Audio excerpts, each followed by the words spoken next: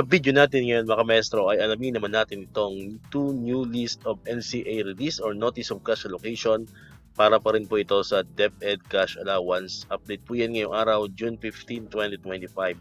Ayan, so upon check nga po sa DPM, nakakita po tayo dito ng dalawang bagong SDO na nareleasan po ng kanilang Notice of Cash Allocation para po sa cash allowance ng DepEd.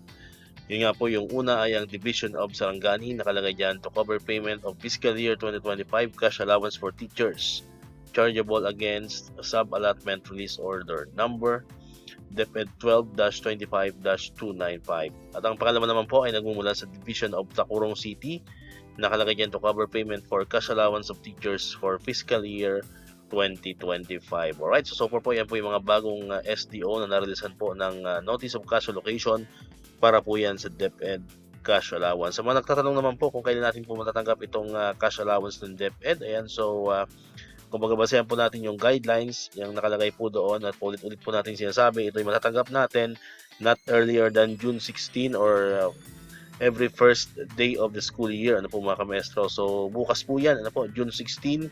So asahan po natin, especially po yung mga naunang nareleasan po ng kanilang Notice of Cash Allocation, asahan po natin na mas mauna po kayo makatanggap nitong ating cash allowance. Ibig sabihin, June 16 onwards po mga kamestro. So expected natin yan bukas, may mga SDO na po na magre-release ng kanilang cash allowance ano po para sa DepEd. So hindi naman po sinabing lahat ay June 16, ano? So depende po yan sa inyong mga SDO, pero sa tingin po natin, if hindi man lahat, tingin ko majority or almost half ano po ay makakatanggap na po ng cash allowance by tomorrow kung susundin po natin yung guidelines ng DepEd. Alright, so dito ko natatapusin itong ating video ngayon mga kamestro. Kung di ka pa nakakapag-subscribe, click mo na ang subscribe button dyan para ikaw yung unang nakapanood ng mga videos na in-upload natin. Katulad nito, yung mga updates pa rin about sa cash allowance and other benefits sa mga teachers and government employees. And syempre, click mo na rin ang notification bell button para ma-notify ka. Always updated ka pag may mga bago tayong uploaded na videos.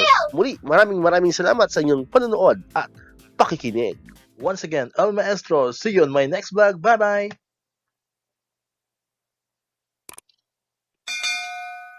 1, 2